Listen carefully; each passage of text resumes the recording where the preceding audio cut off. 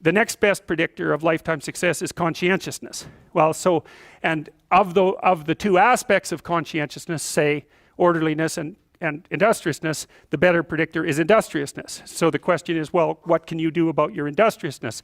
And the answer to that is, well, that's kind of rough too, because there's a strong genetic component.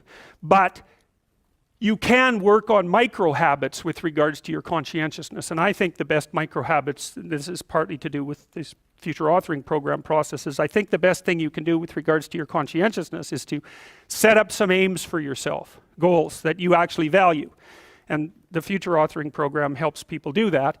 And basically, it does a situational analysis of, it helps you do a situational analysis of your life more than a psychological analysis, I would say. And so the questions are something like, well, all right, you're going to have to put some effort into your life. And you need to be motivated to do that. And so what are the potential sources of motivation? Well, you could think about them in the big five manner. You know, if you're extroverted, you want friends. If you're agreeable, you want an intimate relationship. If you're disagreeable, you want to win competitions. If you're open, you want to engage in creative activity. If you're high in neuroticism, you want security. Okay, so those are all sources of potential motivation that you could draw on, that you could tailor to your own, your own personality. But then there are dimensions that you want to consider your life across. And so we ask people about, well, if you could have your life the way you wanted it in 3 to 5 years, if you were taking care of yourself properly, what would you want from your friendships? What would you want from your intimate relationship? How would you like to structure your family? What do you want for your career? Well, how are you going to use your time outside of your job? And how are you going to regulate your mental and physical health, and maybe also your drug and alcohol use? Because that's a good place to auger down, because alcoholism, for example, wipes out, 5 to 10% of people. So you want to keep that under control. And then so maybe you develop a vision of what you would like your life to be, and that associates the goal. Well, once the goal is established, and then you break down the goal into micro processes that you can implement. The micro processes become rewarding in proportion, in relation to their causal association with the goal, and that tangles in your incentive reward system. We talked about the dopaminergic incentive reward system, and that's the thing that keeps you moving forward. And the way it works is that it works better if it produces positive emotion when it can see you moving towards a valued goal. Okay, well, what's the implication of that? Better have a valued goal, because otherwise you can't get any positive motivation working out. And so the more valuable the goal, in principle, the more the micro processes associated with that goal start to take on a positive charge. And so what that means is, well, you get up in the morning and you're excited about the day, you're ready to go. And so as far as I can tell, what you do is you specify your long-term ideal. Maybe you also specify a place you want to stay the hell away from, so that you're terrified to fail as well as excited about succeeding, because that's also useful. You specify your goal.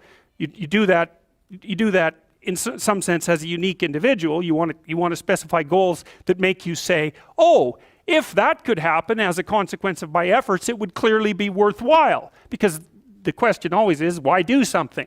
Because doing nothing is easy. You just sit there and you don't do anything. That's real easy. The question is, why would you ever do anything? And the answer to that has to be because you've determined by some means that it's worthwhile. And then the next question might be, well, where should you look for worthwhile things? And one would be, well, you could consult your own temperament. And the other would be, well, you kind of look at what it is that people accrue that's valuable across the lifespan. So you do a structural analysis of the subcomponents of human existence, and I already did that. You need a family, you need friends. Like, you don't need to have all these things, but you better have most of them. Family, friends, career, educational goals, plans for, time outside of work, attention to your mental and physical health, etc. That's what life is about. And if you don't have any of those things, well, then all you've got left is misery and suffering. So that's a bad deal for you. So once you set up that goal structure, let's say, and that's really in many ways that's what you should be doing at university. That's exactly what you should be doing, is trying to figure out who it is that you're trying to be, right? And you aim at that, and then you use everything you learn as a means of building that person that you want to be. And I really mean want to be. I don't mean should be, even those things are going to overlap.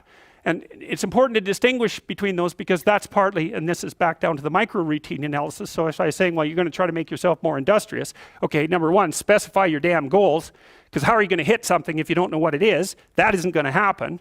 And often people won't specify their goals too because they don't like to specify conditions for failure. So if you keep yourself all vague and foggy, which is real easy because that's just a matter of not doing as well, then you don't know when you fail. And people might say, well, I really don't want to know when I fail because that's painful. So I'll keep myself blind about when I fail. That's fine, except you'll fail all the time then. You just won't know it until you've failed so badly that you're done. And that can easily happen by the time you're 40. So I would recommend that you don't let that happen. So that's willful blindness, right? You could have known, but you chose not to.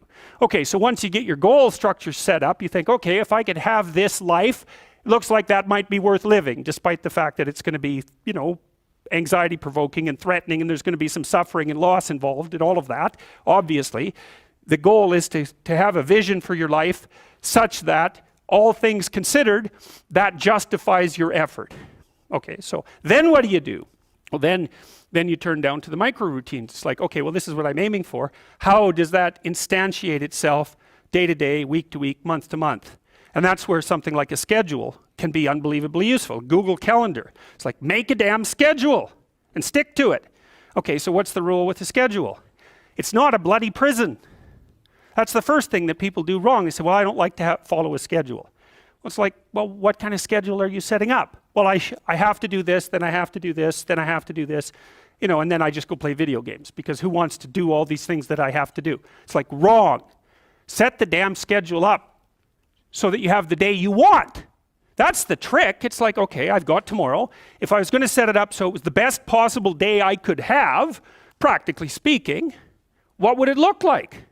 Well, then you schedule that. And obviously there's a bit of responsibility that's going to go along with that, because if you have any sense, one of the things that you're going to insist upon is that at the end of the day, you're not in worse shape than you were than at the beginning of the day, right? Because that's a stupid day.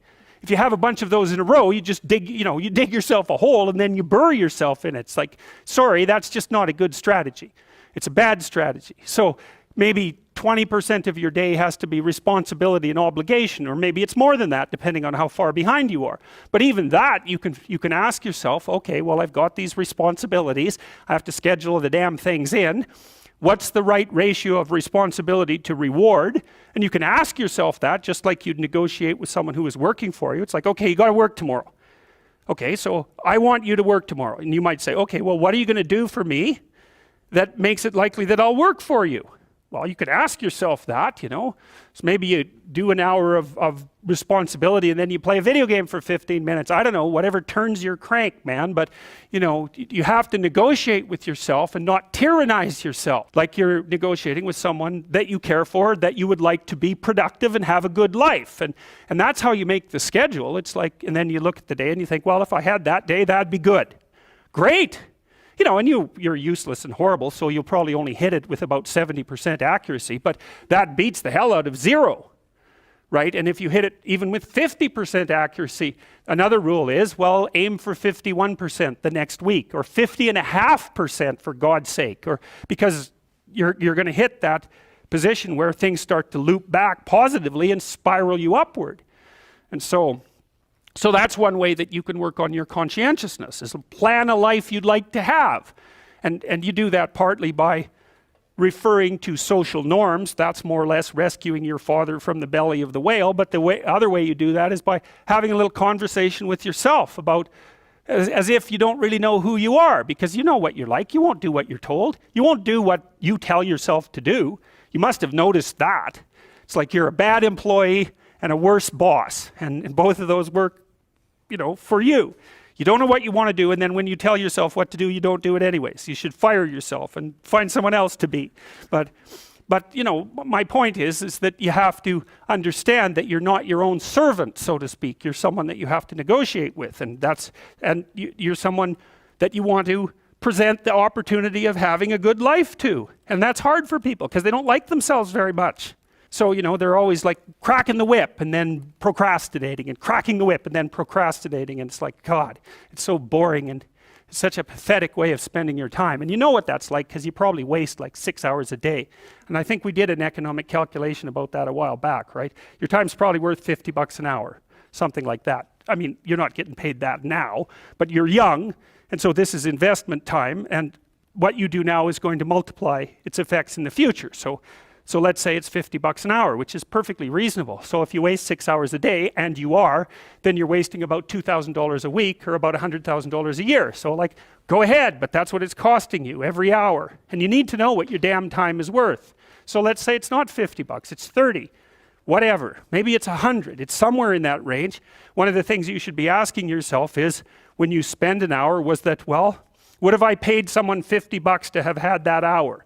And if the answer is no, it's like, well, maybe you should do something else with your time. And it depends on whether or not you think that your time's worthwhile. But the funny thing about not assuming that is if you assume your time isn't worthwhile, what happens is you don't just sit around sort of randomly in a state of responsibility-less bliss. What you do is you suffer existentially. And so that seems like a stupid solution.